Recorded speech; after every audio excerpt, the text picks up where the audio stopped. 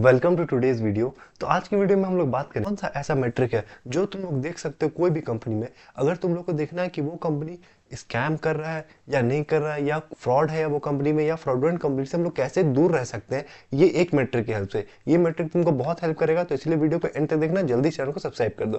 तो चलो स्टार्ट करते हैं। देखो, सबसे पहला चीज, डिस्क्लेमर तुम लोग को पता ही है, कोई बाय से रिकमेंडेशन नहीं है। अब देखो, बहुत लोग, हम लोग जब भी इन्वेस्टिंग स्टार्ट करते हैं, इंक्लूडिंग मी, सारे लोग, हम लोग जब भी इन्वेस्टिंग स्टार्ट करते हैं या स्टॉक पिकिंग स्टार्ट करते हैं, तो हम लोग को समझ आता है कि भैया नेट प्रॉफिट देखा जाता है। ठीक है, नेट प्रॉफिट देखा जाता है, उसके बाद ईपीएस देखा जाता है। ठीक है, ये चीज़ पे हम लोग फोकस करते हैं। फिर हम लोग को पता चलता है कि भैया इबिड्डा नाम का भी कोई चीज़ होता है, जो कि सब लोग बोलता है इबिड्डा देखना चाहिए, इबिड्डा देखना चाहिए, इबिड्डा देखना चाहिए। तो हम लोग इबिड्डा पे फोकस करने लगते हैं। तो यही होता है, एक नॉर्मल कोई भी रिटेल इन्वेस्टर जब होता है, जब वो लोग इन्वेस्टिंग स्टार्ट करता है, तो वो लोग क्या करता है, वो लोग प्रॉफिट पे फोकस करता है, खास करके नेट प्रॉफिट पे, ईपीएस पे। उसके बाद वो लोग को एक टर्म पता चलता है, इबिड्डा भी कोई टर्म होता है, तो इबिड्डा पे फोकस करने लगता है। तो इतना ही में वो लोग मेजरली फोकस करता है। वो लोग को लगता है कंपनी अगर प्रॉफिटेबल है तो कंपनी अच्छा होगा, कंपनी अगर प्रॉफिट्स ग्रो कर रहा है तो कंपनी अच्छा होगा। लेकिन क्या सच में ऐसा होता है? सच में ऐसा नहीं होता है। क्योंकि अगर कोई कंपनी सिर्फ प्रॉफिट्स ग्रो कर रहा है तो क्या वो अच्छा कंपनी हो जाता है? नहीं हो जाता है। तुमको और भी फर्दर उसमें एनालिसिस करना होगा, और भी चीज देखना होगा उस कंपनी में, वो कंपनी को अच्छा या बुरा होने के लिए। तो क्या देखना होगा भैया? देखो, कोई भी कंपनी अच्छा या बुरा एक ही चीज से कहला सकता है, वो होता है कैश।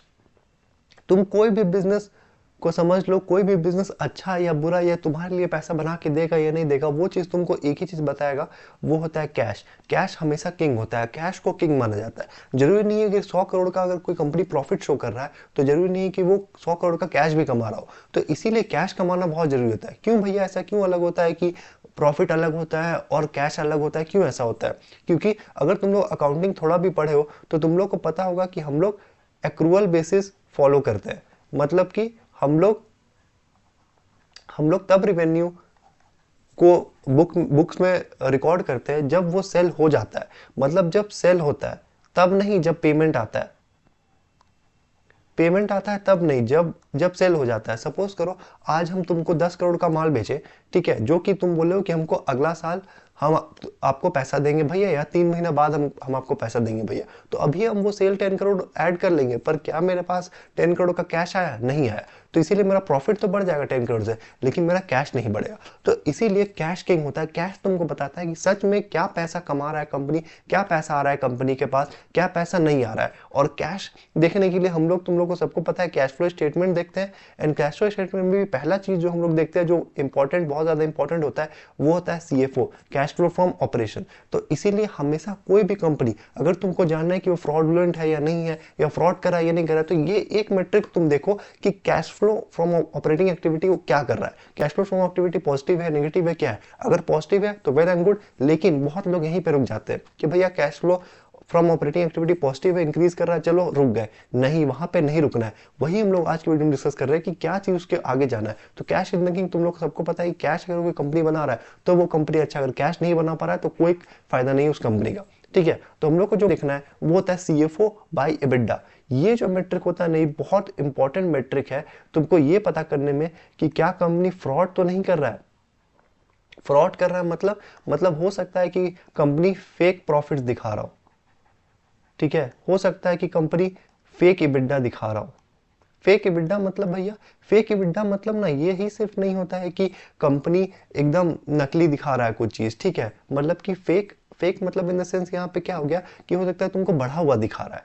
ठीक है, इन्फ्लेटेड दिखा रहा है, तुमको बढ़ा हुआ दिखा रहा है, इन्फ्लेटेड दिखा रहा है।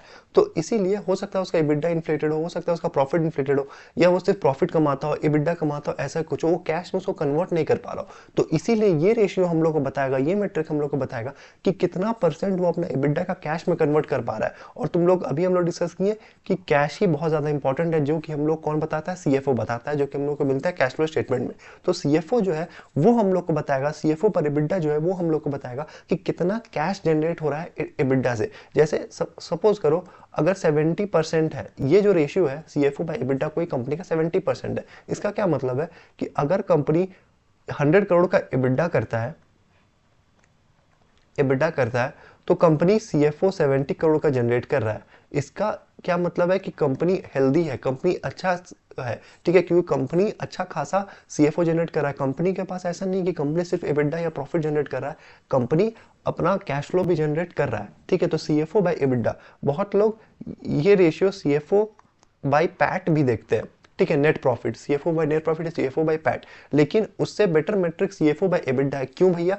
क्योंकि हम लोग को पता है, अगर तुम लोग फाइनेंशियल स्टेटमेंट पढ़े हो, पीएनएल तुम लोग पढ़े हो, तुम लोग को पता है कि पैट में अदर इनकम भी ऐड होता है, और अदर इनकम जो होता है वो कंपनी का कोर ऑपरेशन से नहीं आता है। तो इसीलिए एबिटा जो होता है वो हम लोग को दिखाता है कि कंपनी का कोर ऑपरेशन क्या है, एंड सीएफओ हमको दिखाता है कंपनी का कोर ऑपरेशन से क्या कैश आया है। तो इससे हम लोग इन लोगों को कंपेयर कर सकते हैं। लेकिन जो पैट है उसमें अदर इनकम भी इंक्लूड होता है, तो इसीलिए अदर इनकम बहुत सारा कंपनी का ऊपर नीचे होता है, कंपनी उसको मैनिपुलेट करता है।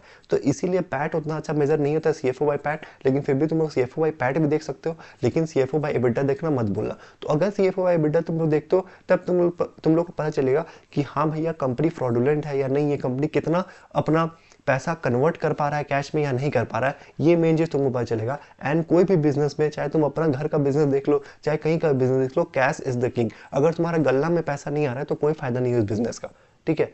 अब क्या भैया हम लोग को सीएफओ बाय एबिटा आइसोलेशन में देखना है? आइसोलेशन में मतलब अकेले देखना है कि सीएफओ बाय एबिटा जो है वो अकेले में देखना है कि कंपनी का सीएफओ बाय एबिटा, सपोज कि जैसे आप बोले कि 70% है, तो कंपनी का इस साल FY25 जो अभी क्लोज हुआ था, ठीक है, उसमें कंपनी का जो सीएफओ बाय एबिटा है वो 70% है। तो क्या हम ये देख ले? अब इससे हमको क्या समझ आ रहा है भैया, कभी भी हम लोग को सीएफओ बाय एबिटा या कोई भी मेट्रिक तुम कभी भी पढ़ रहे हो तो उसको आइसोलेशन में कभी नहीं देखना होता है। फाइनेंस में कभी भी आइसोलेशन में कोई भी मेट्रिक का कोई मतलब नहीं होता है, तुमको हमेशा उसको रिलेटिव बेसिस पे देखना होता है, ठीक है। तुमको उसको कंपैरिजन करना होता है कि दूसरे कंपनी से कंपेयर करके कि अच्छा दूसरे कंपनी का क्या चल रहा है, हम लोग का क्या चल रहा है, ये सारा चीज तुमको कंपेयर करना पड़ता है।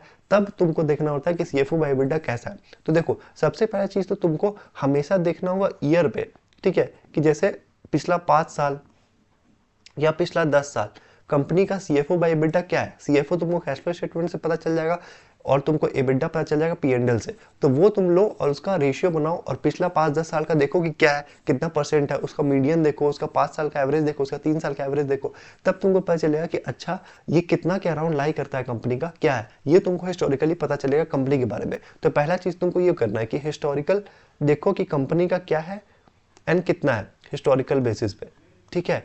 देन तुमको दूसरा देखो कि उसका पीयर्स का क्या है, उसका जो कंपेरेबल कंपनीज है, उसका ऐसा जो बिजनेस करता है, जो धंधा करता है, उसका ऐसा जो सेम इंडस्ट्री में वैसा कंपनी का कितना रहता है, ठीक है। क्योंकि सीएफओ बाय एबिटा ना कंपनी पे डिपेंड करता है, इंडस्ट्री पे डिपेंड करता है। तो इसीलिए तुमको देखना होगा हिस्टोरिकल उसका क्या है, उसके बाद देखो कि उसका पीएस का क्या है, ठीक है। इससे तुमको आइडिया मिलेगा कि कंपनी कितना परफॉर्म कर रहा है, कितना अच्छा परफॉर्म कर रहा है, कितना अच्छा परफॉर्म नहीं कर रहा है।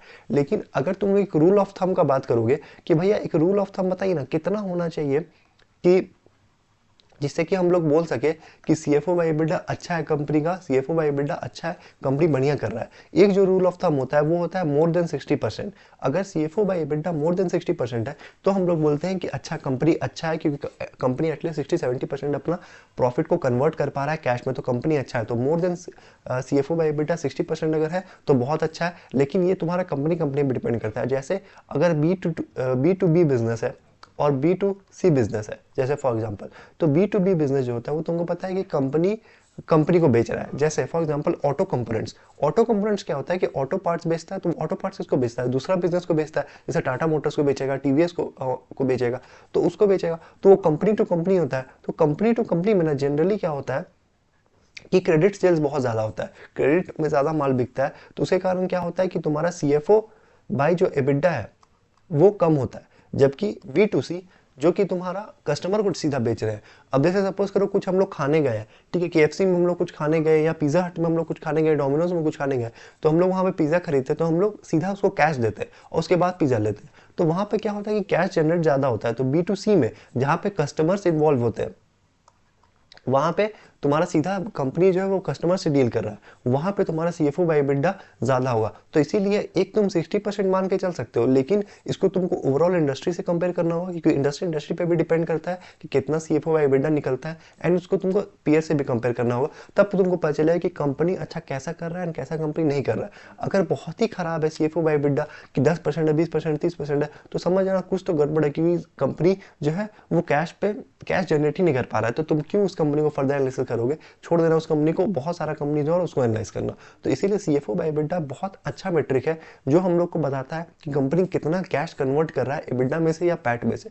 तो इस मेट्रिक को जरूर से देखना, इससे तुम लोग बहुत सारा फ्रॉड से बच सकते हो, क्योंकि बहुत सारा कंपनी प्रॉफिट तो फेक दिखा सकता है लेकिन वो कैश फेक नहीं दिखा पाता है, क्योंकि कैश फ्लो फेक दिखाना बहुत ज्यादा हार्ड होता है। ठीक है, तो इसीलिए मेरे को कमेंट सेक्शन में बताना तुम लोग को वीडियो कैसा लगा हो, पसंद आया तो लाइक कर देना, चैनल को सब्सक्राइब कर देना, और तुम लोग को किस टाइप का वीडियो चाहिए आगे वो भी मेरे को कमेंट सेक्शन में बता देना, मैं अगला वीडियो उस पर लेके आ जाऊंगा। तब तक के लिए साइनिंग ऑफ।